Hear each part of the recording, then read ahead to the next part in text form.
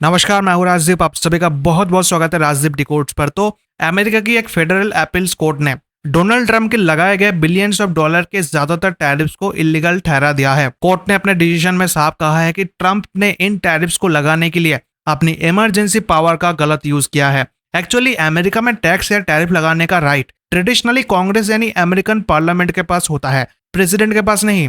Court का मानना है कि प्रेसिडेंट को international emergency economic powers act यानी IEEPA के तहत सैंक्शंस लगाने जैसे राइट्स तो होते हैं, लेकिन इसका यूज इस तरह से टैरिफ लगाकर टैक्स वसूलने के लिए नहीं यूज किया जा सकता। कोर्ट के मुताबिक ये सेपरेशन ऑफ पावर्स के प्रिंसिपल्स का सीधा वायलेशन है, जिससे इन टैरिफ्स की लीगल बुनियाद ही खत्म हो जाती है। ये डिसीजन उन हजारों अमेरिकन कंपनीज के लिए एक बड़ी जीत है जिन्होंने इन टैरिफ्स को कोर्ट में चैलेंज किया था। तो इसका मतलब क्या है? कल से ही डोनाल्ड ट्रंप द्वारा लगाए गए टैरिफ्स हट जाएंगे?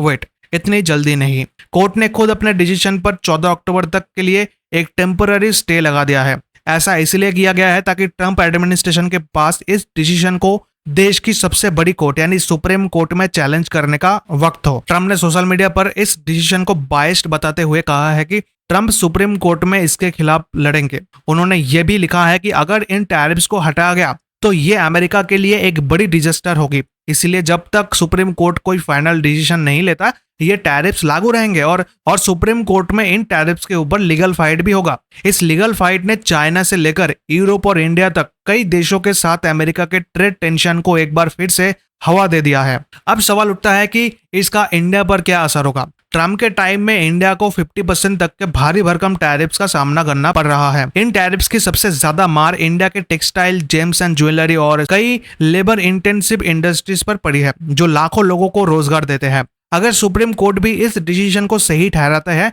और ये टैरिफ्स हट जाते हैं तो इंडियन एक्सपोर्टर्स को एक बड़ी राहत मिल सकती है। हालांकि ये ध्यान रखना जरूरी है कि ये डिसीजन सिर्फ IEEPA के तहत लगाए गए टैरिफ्स पर ही लागू होगा। स्टील और एल्यूमिनियम जैसे कुछ प्रोडक्ट्स पर नेशनल सिक्योरिटी के नाम पर लगाए गए दूसरे टैरिफ्स पर इसका कोई असर नहीं होगा। इसलिए अगर जो है डिसीजन फेवर में भी आता है इंडिया के, तो भी एल्यूमिनियम या फिर स्टील जैसे प्रोडक्ट्स पर टैरिफ नहीं हटेंगे। अब सारी निगाहें जो है यूएस सुप्रीम कोर्ट पर टिकी है। वहां जो भी डिसीजन होगा वो सिर्फ इन टैरिफ्स का ही नहीं बल्कि अमेरिका में प्रेसिडेंट की पावर की लिमिट भी तय करेगा। ये डिसाइड होगा कि क्या फ्यूचर में कोई भी प्रेसिडेंट इस तरह से अपनी इमरजेंसी पावर का यूज कर सकता है। एक तरफ जहां क्रिटिक्स का कहना है कि इन टैरिफ से अमेरिकन इकोनॉमी और आम लोगों को नुकसान हुआ है, वही ट्रंप एडमिनिस्ट्रेशन का तर्क है कि इनसे अमेरिकन इंडस्ट्रीज को प्रोटेक्शन मिला है और देश का रेवेन्यू भी बढ़ा है। फिगर्स बताते हैं कि इस साल जुलाई तक ही इन टैरिफ से अमेरिकन खजाने में 142 बिलियन डॉलर से ज्यादा की रकम जमा हुआ है। ये एक ऐसी बहस है जिसने इकोनॉमिस्ट और पॉलिसी मेकर्स को बांट के रखा है। मैंने आपको पहले भी कहा था कि जो भी टैरिफ यहाँ पर ट्रंप ने लगाया है, ये शॉर्ट टर्म में जो है यूएस को फायदा पहुंचा सकता है, लेकिन लॉन्ग टर्म में इससे